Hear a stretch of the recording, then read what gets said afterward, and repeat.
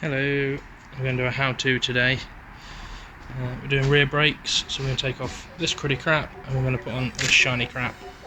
Let's get to it.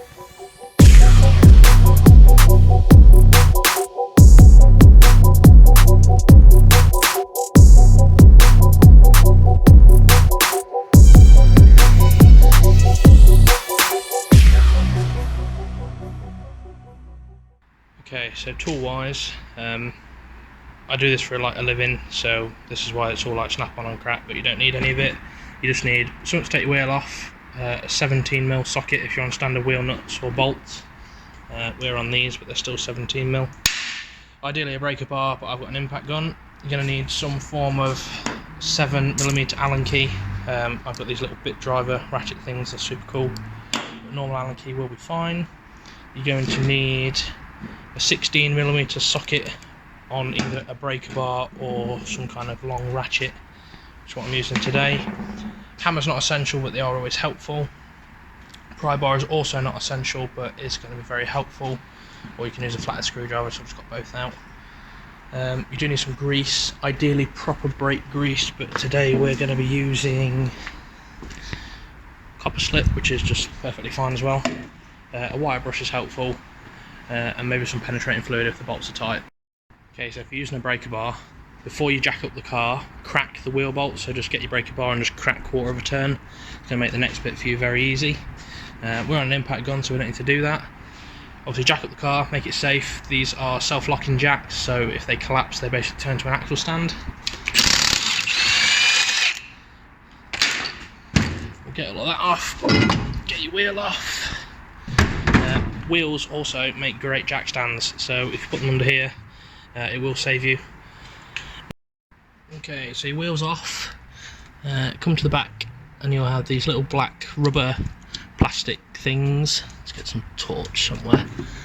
Okay, so these are going to have caps on them. You want to pop these caps off, one at the top, one at the bottom, and then put your 7mm Allen key in and remove the two slider bolts.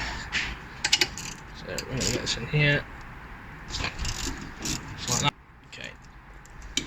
So this one's not too bad, but you see all that black stuff on there. Get rid of all that, clean it all off. Focus please. Get all that off, and then we'll spray some maintenance fluid on them. You can grease them, but I don't like to grease them. Just make sure that they slide freely in and out this caliper. Take the top one off and we'll pull the caliper off. Okay, so if your discs are anything like mine, they've got like a little lip on the edge here, which makes the caliper now really hard to pull off. If you get your flathead screwdriver, basically in here you'll see pad, disc, pad.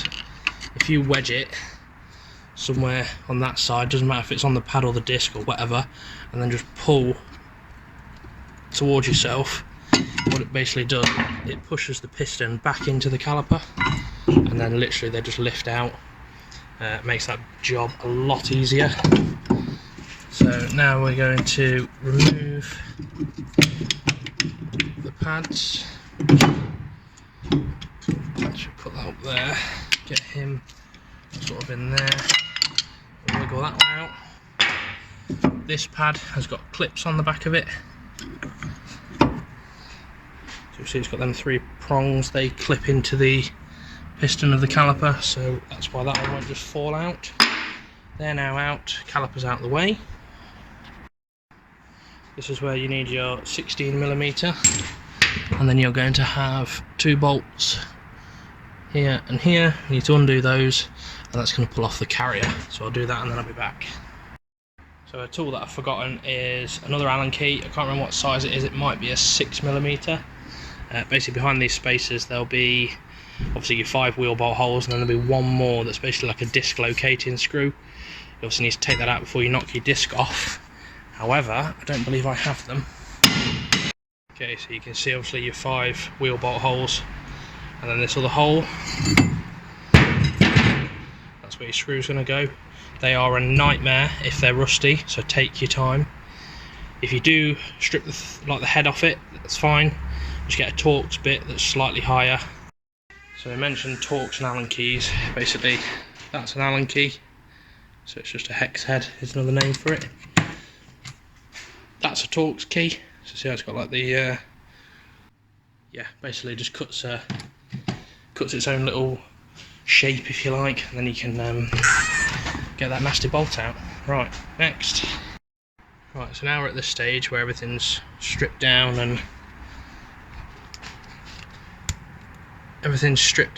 ready for the new stuff. I would personally get a wire brush. All this cruddy stuff here, look, just scrape it off, get rid of it, doesn't need to be there. Just prolong the life of the car until you do things like this. Don't at me, I'm going to make some inner arches, just can't bother right now. Yeah, let's put it all back together, shall we? So when discs are new, you'll notice they feel a bit oily. You're not going insane. They are coated in oil to stop them rusting in storage and transit. So brake cleaner, give it a good wash, get some shop rags, and then if the rag comes out clean when you wipe it, they're clean and ready to go on. So I'll clean this and then I'll be back. Okay, so we've got the new disc. Obviously line up with your dislocating screw and put that in. I'm just using a wheel bolt for now because obviously, like I say, I don't run them. There's no reason not to run them, but it's not going to hinder you if you do run them, so just, you know, if you've got it, put it in. Next we are going to go to the carrier, and now with your wire brush again, clean out all of this area and all of that area. It's basically where the pad sits, in there like that, and then the pad's supposed to slide across there. So once you've cleaned it all, get a little bit of grease, just put a little amount, don't smother them, just enough, look. So you've got a little bit of grease in there and a little bit in there, and then we can bolt that back on there. Now this might seem like an obvious one, but obviously everyone's got to learn at some point. Make sure all of your bolts have started with your fingers before tightening any of them up. It's easy to obviously wiggle this around and locate your two bolts rather than getting it sort of there, tightening that one right down, then you can't move this. So yeah, make sure they're all fingers tight or finger started first, and then crank them all down together. If you're struggling to get this pad back in, just bend these little prongs in a little bit. They don't have to be super tight. That goes in there, clips in nicely, gets some light. That's it. Because we've already pushed the piston back, I don't need to worry about that either. This is going to be the issue of doing it with one hand. Obviously, scoop your caliper back on, make sure the pads have lined up in the carrier. So you see, like this way, it's all lined up. Make sure they're all lined up. Get your slider bolts that you've cleaned, get them located and started with your fingers. Got it, so there it is. Get that located like that. Again, get them started so you're not having to fight with the caliper. That one's started. That one's started. Tighten them up, put your caps back in, and then we'll get to the anti-rattle clip. Okay, so that's an anti-rattle clip. The same for both sides. And what I like to do is to hook the little arm underneath the carrier, clip in the anti-rattle clip to the caliper. Oh, that was a bit of a tongue twister. And then basically push that side of the clip into the caliper while simultaneously lifting this one up. So you can sort of see that I've got it wedged, and then you have to push super hard with one hand. Anyway, you basically pull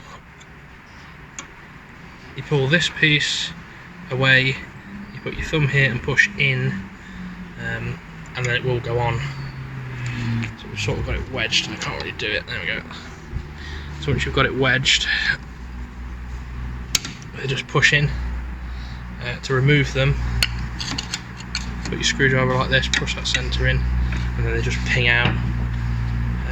Lifting the centre up that way is the key. Spacer back on, wheel back on, finger tighten these first, and then star, and then we're done. Obviously when you first get in and press the brake pedal, it's going to sink to the floor because we push the pistons back. Just pump your pedal 2 or 3 times till it goes hard, and then pull your hydro, make sure that's still working as well. Otherwise, when you drive off for the first time, you will not start. But yeah, that's how to do rear brakes. See you later.